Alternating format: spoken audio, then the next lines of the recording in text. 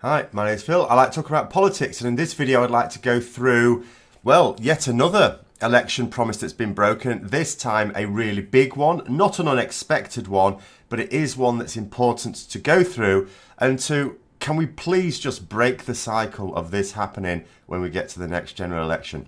But first, if you'd like to stay notified of daily news and politics, then please subscribe to the channel and click the bell notification icon. So, austerity. It's still on, it's carrying on, of course it's going to carry on. As top economists kept saying all the way through David Cameron, George Osborne's austerity plans, austerity has never improved an economy in the whole history of politicians trying austerity. And the reason is because that's not what it's intended to do. They use it as an excuse to get the public to go along with their harsh spending cuts. David Cameron himself, when he left government, said that austerity was never about sorting out the economy. It was entirely about shrinking government.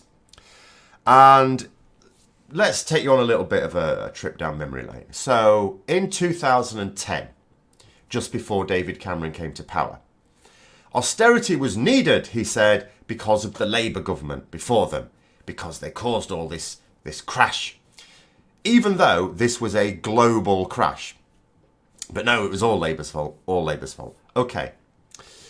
But the thing is, what caused it was there was insufficient regulation of the banks, for which Labour were partially responsible. But as I say, this was all over the world. So several individual governments had responsibility, but the British government was part of it, and they didn't regulate enough. Okay. Thing is, though, the Conservatives kept calling for further deregulation of the banks. So what regulation existed was against the advice of the Conservatives. So what the Conservatives were really saying is, we need to bring in austerity to deal with this problem that Labour caused. They caused it, not us. Even though if they'd have done what we said, it would have been much worse.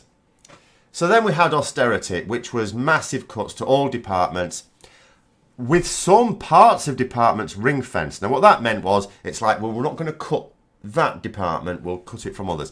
So, for example, the Department for Education, where I work as a teacher, what that meant was they ring-fenced schools because it's very bad at the ballot box if you talk about cutting budgets in schools. So they kept that the same. But the overall budget for the Department of Education had to go down.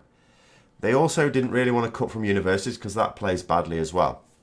So my sector, sixth form colleges, got hit really, really badly as one of the ones that wasn't ring-fenced because the overall cuts had to be made. Now, in reality, school budgets sort of were cut in real terms, but that got the lightest touch. So if you think schools are badly funded now, with schools having to send out begging letters for parents to be able to pay for simple things like pencils and books, if you think it's bad in schools, you imagine what it's like in the sectors that weren't ring-fenced. But anyway, we had this austerity. Then, of course, it comes to 2015. Well, the Conservatives would quite like to win that election. So they start talking about green shoots. We've got the green shoots of recovery. Yes, we've been through all this harsh austerity, but, you know, we were sorting it out. We can see the green shoots. We can start to loosen things up a little bit. So the Conservatives won the 2015 general election. And then, you know, did we start to see this recovery? Not really so much. The spending cuts were still going ahead. And, you know, people would say, what about the green shoots? To which Cameron had to say, sorry, my pig ate them all. They're no longer there.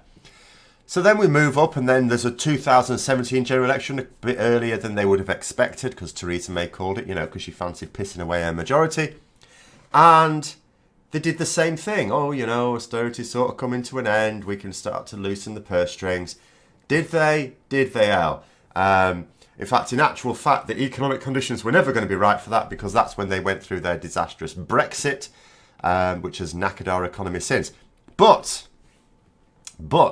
this time around, austerity was supposed to be over. Not green shoots. Boris Johnson and Sajid Javid, the Chancellor, were not talking about green shoots.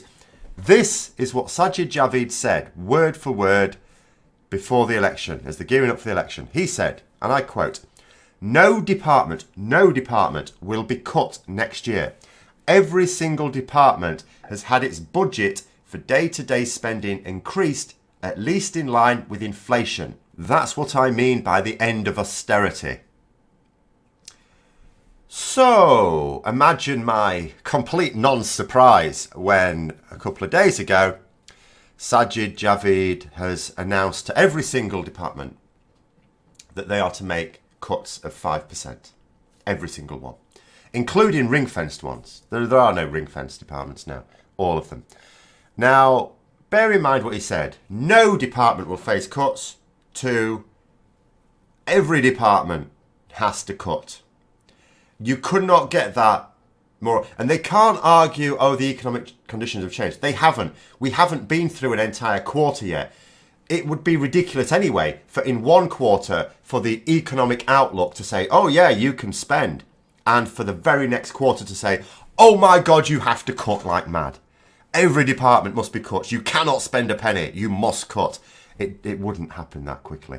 But it couldn't have anyway because we haven't even been through a whole quarter.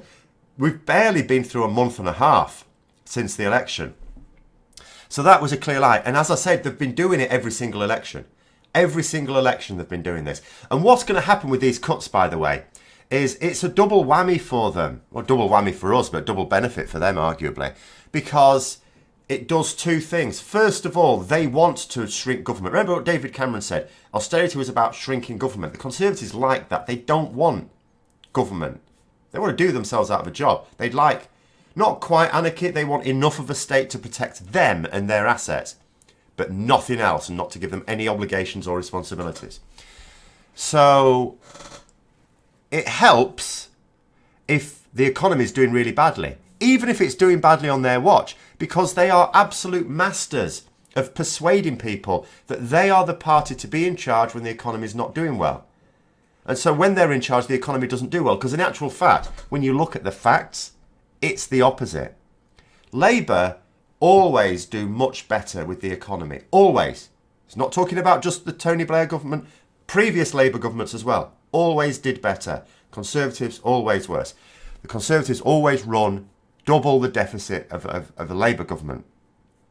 But Labour are not good at explaining this to people. And the Conservatives are bloody good at hoodwinking people. And so what we have is a situation where the economy will continue to get bad, but they'll keep saying, but if you let Labour in, they'll make it even worse. If you think it's bad now, you just wait till Labour get in. The problem is when Labour get in, it doesn't go badly. It gets better. They actually clear up the Conservatives' mess. And if they can stay in long enough, they start to make headway. And it's an absolute nonsense. And what's going to happen with these cuts? Exactly the same thing as when David Cameron and George Osborne cut. Because the consequence is this. When they say cuts, what they really mean is people losing their jobs. Because that's what the money is ultimately being spent on. They're not cutting their, public contracts to their mates. No. They're cutting jobs. So that means fewer people working. Fewer people working means 2 things. 1, more people who need to draw on benefits. So the expenditure for government effectively goes up. Social security, that sort of thing. And that also means those people who were earning and were paying taxes are no longer paying taxes. So the expenditure of government goes up and the income goes down. Because the sorts of people who will actually make, because there is always one group of people who do well economically out of a Conservative government, the very wealthiest. But they're also the sort of people, most of whom pay 0 tax in this country. Actually, literally 0. And we're going to get the same thing again. Because that's how it works. This is how actual economists tell us it works. Nobel Prize winning economists. This is how it's going to work. This is what austerity does. It actually weakens your economy. It doesn't strengthen it. And it never has in history in any country ever. There isn't a single instance of austerity ever actually working. Because it doesn't. The whole concept is balmy.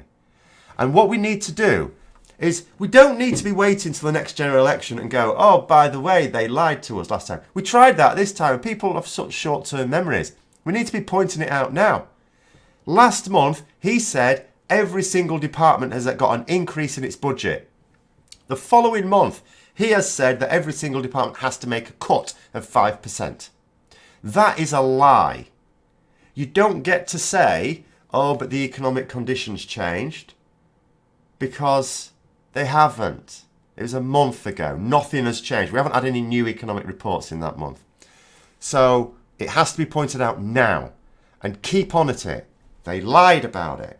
We've got to get people fully seized of the notion that they cannot believe a single election promise that these Conservatives give because they lie. They lie on all of them. They will say whatever is necessary to get in.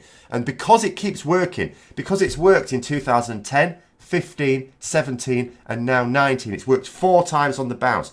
Why on earth would we think that they won't think it won't work again? And it will work again unless something changes. They're not going to change. We have to be on at them. So, rant over. I hope you found the video interesting. If you did, don't forget to click the like button. And if you'd like to support the channel further, then please also click the Patreon link for details. And until next time, I'll see you later.